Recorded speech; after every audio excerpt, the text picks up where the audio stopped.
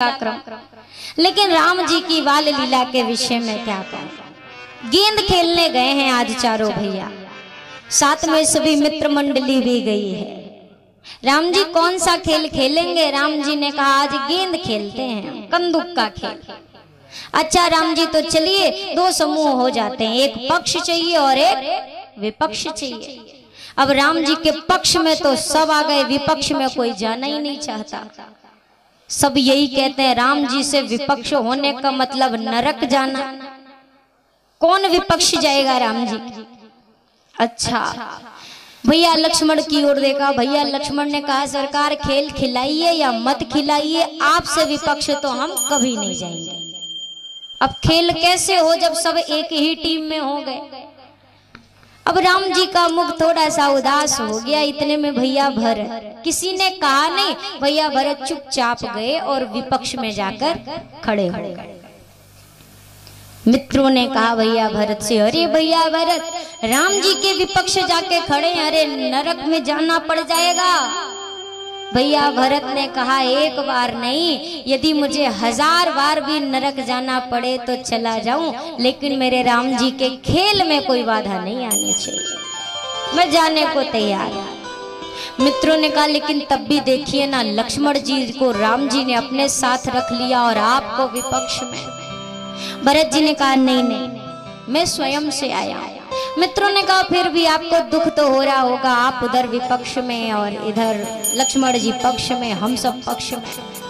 भैया भरत ने कहा एक बात बताऊं, भले मैं विपक्ष में हूं लेकिन फायदा ज्यादा मेरा है। तुम पक्ष वाले उतने फायदे में नहीं हो जितना फायदे में मैं विपक्ष में खड़े रह कर। कैसा फायदा भैया भरत? भैया भरत ने कहा तुम सब पक्ष में खड़े हो, तुम मुझे देख रहे हो, मैं विपक्ष में खड़ा हूं, मैं राम जी को देख रहा हूं। तो सोचो पक्ष वाले फायदे में हुए कि विपक्ष वाले? राम दर्शन का जितना लाभ मुझ विपक्ष वाले को मिल रहा है, पक्ष वालों को वो लाभ नहीं मिल रहा है।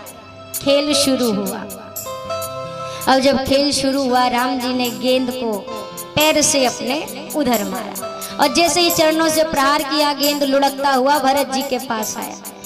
अब भैया भरत ने उससे भी दुगने वेग से मारा।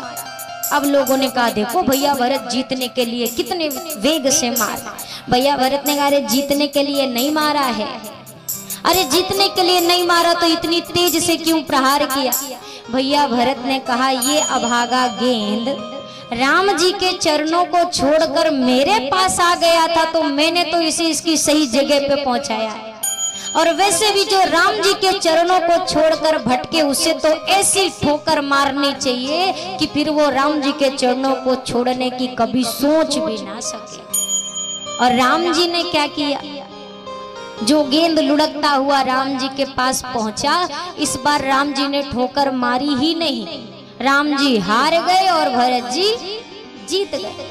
और आश्चर्य देखिए, जीतने वाला दुखी है और हारने वाला खुश है, प्रसन्न है। सबने कहा अरे आपने राम जी खेल हरा दिया, आपने क्यों नहीं ठोकर मारी? राम जी ने कहा भैया खेल हारूं चाहे जीतूं, लेकिन जिसको भी भरत के जैसा मेरा कोई प्रिय, मेरा भरत जिसको अपने चरणों से लगाकर मेरे पास तक भेज दे, फिर मैं उसे अपने चरणों से कभी दूर नहीं कर सकता हूं, चाहे मैं जितनी बार खेल हार रहा हूं। मैं अपने चरणों से, ये भरत के चरणों से होकर आया है, और जो मेरे भरत के चरणों से होकर मेरे पास आ जाए, फिर मैं उसे कैसे ठुकरा सकता हूँ? मैं तो उसे अपने पास रखता हूँ। प्रभु ने खेल में भी कितना सुंदर हम सभी को एक उपदेश दिया है। अब प्रभु जब कुमार अवस्था को प्राप्त हुए हैं, गोस्वामी जी ने लिखा है, ठाकुर जी प्रातः काल उठते हैं,